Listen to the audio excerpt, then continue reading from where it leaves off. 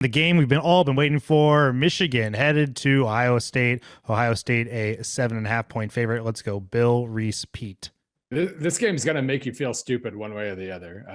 With what we've seen, with the number of times we talked ourselves into Michigan only to be very much let down.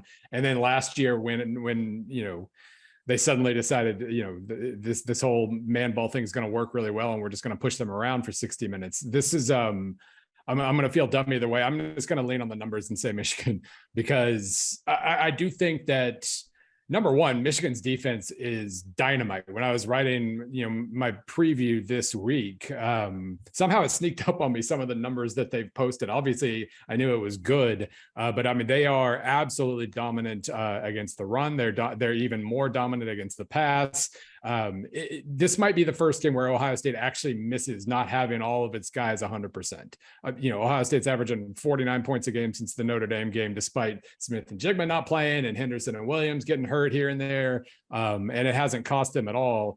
I think they should still be the favorites here, and they can probably still win the game. But I do think Michigan's able to make enough stops and run the ball well enough. I'm just going to trust that Blake Corum plays, and if he plays pretty well. That was a scary injury last week, but signs seem to be pointing in that direction at least. But yeah, we're gonna think of last year's game, pick Michigan, and then still pick Ohio State to win to hedge all the bets there. Bill, I respect your numbers, and just watching from a football judgment standpoint, Michigan's defense does look really good. Yeah. Right. That's where I'm going. But you start going down the list of teams that they've played offensively. Who's the best offense they played? I mean, Maryland. I mean, I guess you could say Penn State, but Penn State's gotten a lot of better since they played them, but it might still be Penn State. Yeah, so it's one of those two. But the others are Michigan State and Rutgers and Nebraska and Illinois and Iowa. And then the non-conference that we've talked about in Indiana, who's dreadful all the way around.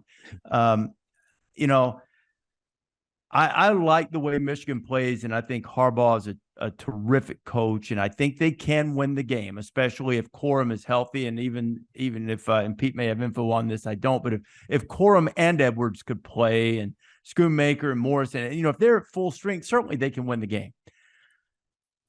But I just can't. After last year and building the whole year, I'm going to take Ohio State and lay the points.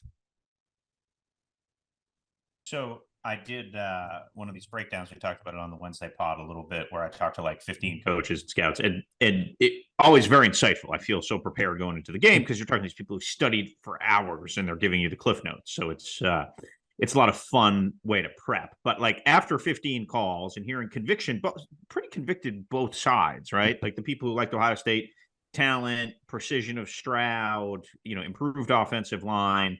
People like Michigan was their offensive lines, just, borderline erotic performances. People were very giddy about the Michigan offensive line, strong defensive line, great third down stuff from Jesse Minter.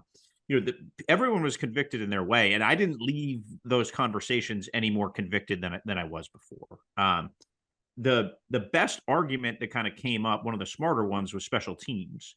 And then, of course, Ohio State blocks kicks 2 weeks in a row and, changes 2 games with block kicks. They have blocked a kick since 2019. So it's like it's all I have all these puzzle pieces, and I don't see how they fit. So I am going to go back to talent. I am going to go back to I don't think Michigan's defense. First of all, what a matchup, right? Both are in the top 10 in the country in offense and defense, scoring offense and scoring defense. So it's just like what a treat it will be to be at the Shoe on Saturday. I'm fired up. I know Rece is fired up. Game day is going to be one of the best ones we've done. But I just think when in doubt, bet on talent, right? And there is just a different layer of talent between JTT, Marvin Harrison Jr., Mike Hall at defensive tackle. A lot of guys really liked when he started digging in a little bit to that. Somebody called Tommy Eichenberg a young Dick Butkus. That didn't make the story, but I'll leave with this point that Ohio State's DNA change on defense in really a lot of their programmatic changes were directly related to last year. And I think that's what makes this game so fun. They got their tails kicked and changed everything they did to come back and win this game. So, and one of the things that they did was they developed this defensive line reputation as the rushman, and they put in 4 rushmen, and they stopped kind of filling gaps and doing things D linemen have to do because they started chasing sacks. And a couple of people pointed out that their D line just got a little bit too foo-foo. So with Knowles' defense between Tanner McAllister at safety and Eichenberg, there's people going downhill to meet those running backs. So I don't think Michigan is going to be able to dominate the way they did in their run game, even with that great O-line, because of Eichenberg and because Knowles is going to be able to move those 3 safeties around. So that said, they're going to have to force J.J. McCarthy to beat them over the top. I think Michigan's raw talent at receiver is pretty pedestrian. So I think they're going to struggle to score with the Buckeyes. I think they have good receivers, Bill, but I just don't think it's like, one coach said to me, Ronnie Bell doesn't scare me. He was like, when we played Marvin Harrison Jr., he scared me. He kept me up at night. Ronnie Bell, good player. He could catch 8 balls for 66 yards, but it's just like that. It's a different level of talent. So anyway, I went way too long there, but I'm going to take the Buckeyes something like 30-20.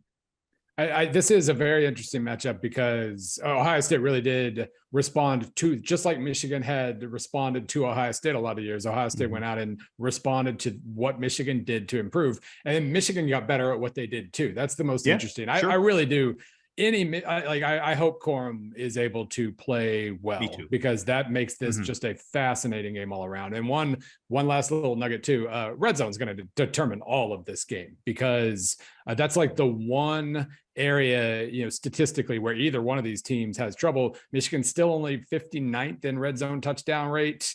Ohio State is 61st in red zone touchdown rate allowed, even though they're good up till that point. They have allowed touchdowns in 89% of goal to go situations. Ohio State has. So they've toughened up. They've gotten better. They're doing more old school rugged things, and they still stink in the red zone. So that's weird. And if Michigan, we know what Michigan has lost by, in the red zone in previous games here. And if they're kicking field goals, they're not going to win. But if they can score touchdowns, I think they've got a really good shot. Thank you for watching ESPN on YouTube. For live streaming sports and premium content, subscribe to ESPN+.